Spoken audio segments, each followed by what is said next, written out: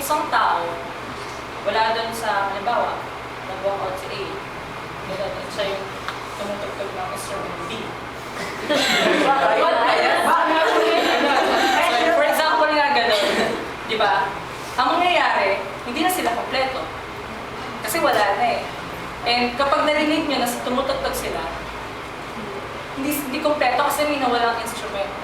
So, importante na sa isang group, na kompleto yung mga team, yung people dun sa team. And in general, sa iba't ibang ministry, importante na nandun yung mga tao na ang bawat tao may personal ministry and andun sila, hindi sila aalis dun sa ministry na yun. Kapag hindi naman, for example, tingnan natin yung pag umalis nga yung tao, di ba? Hindi makukumpleto. Hindi makukumpleto yung team. So parang walis tingting lang yun. So for example, di ba yung walis tingting? Magkakamukha sila, di ba? Yung magkakamukha sila. Wait lang. So, yung walis tingting, yung purpose na is para magwalis.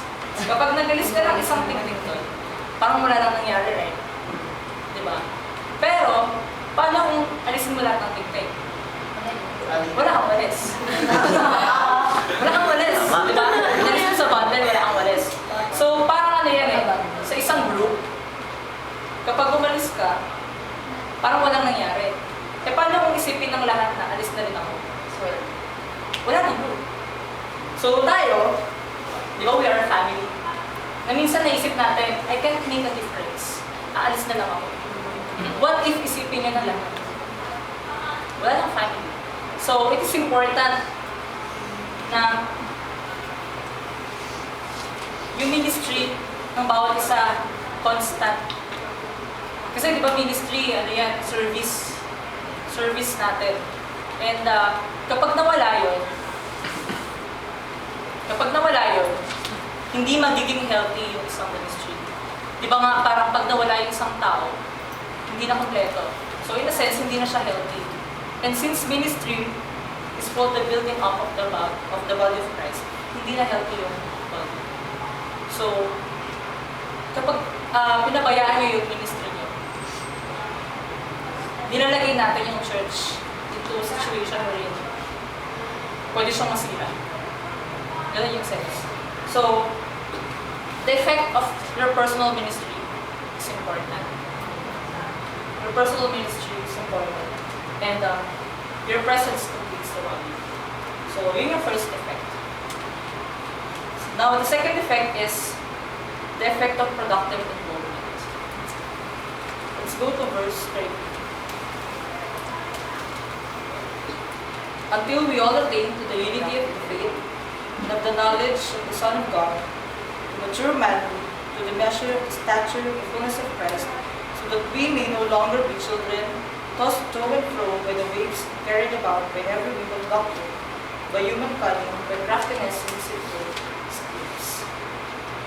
So verse 30, di ba verse 12 sinasabi that we are equipped by the teachers na binigay ni Jesus. And we are equipped until, sinabi sa verse 32, we all attain to the unity of the faith and of the knowledge of God. So dito sa verse na to, na-realize ko kung gano'n ka-importante yung Bible study groups natin. Kasi, di ba, in our Bible studies, ang goal kasi natin is makilala si Jesus. And it's a step of knowing Him, and it's a step para maabot natin yung fullness, yung pagkakakilala natin sa Kanya, and yung faith natin sa Kanya. And sinabi din dun sa verse 13 na to mature manhood. And di ba nga we are equipped. We are equipped, and then until we all attain to the fullness. we all attain to the unity of the faith and knowledge of Christ, to mature manhood. So tayo, weak tayo. Weak tayo, kaya tayo malapit kay Jesus. And kapag lumalapit tayo sa Kanya, doon tayo nagkakaroon ng strength. And also, ano tayo para tayong mga, sorry for the term, parang mga batang kulang sa isip. Na kailangan natin lang someone who would guide us. Diba? And yun yung kaya niya binigay yung leaders.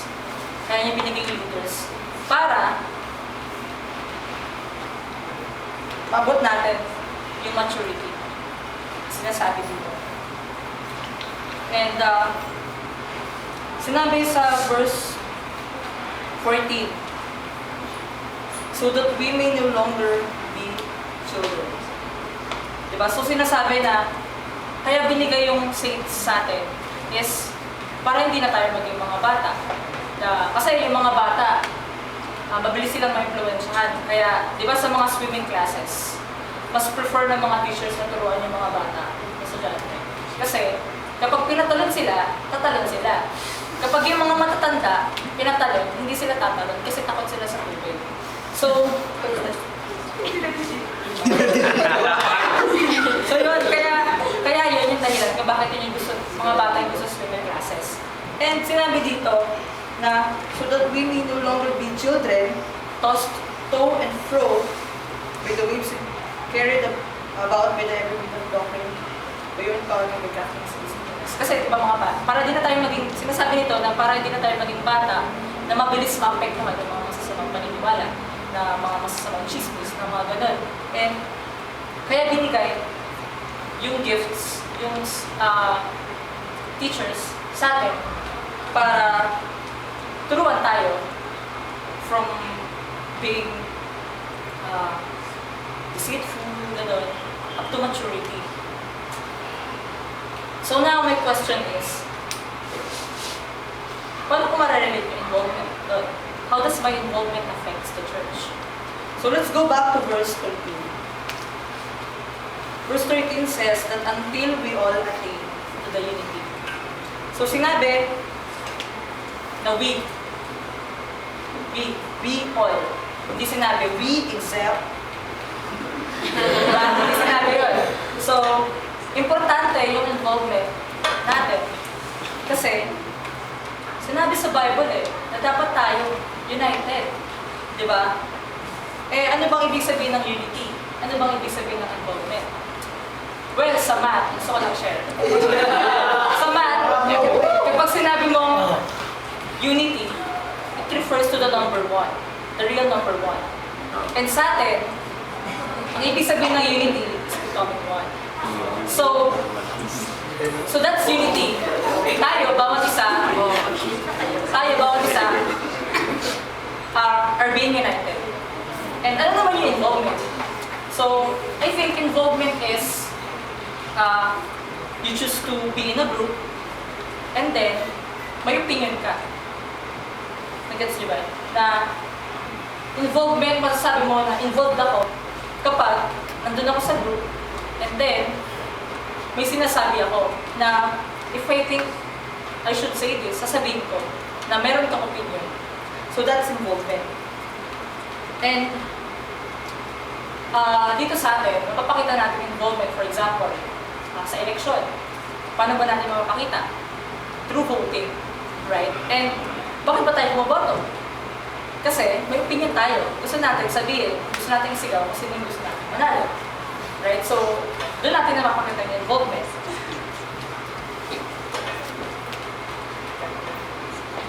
So, yun, until we all attain to the unity of the faith and of the knowledge of the Son of God. Sa grupo natin, there could be times where you see something wrong na nangyayari. And there could be times where there is something wrong in you na natatakot kang sabihin sa iyo. And I tell you na hindi matutulungan nun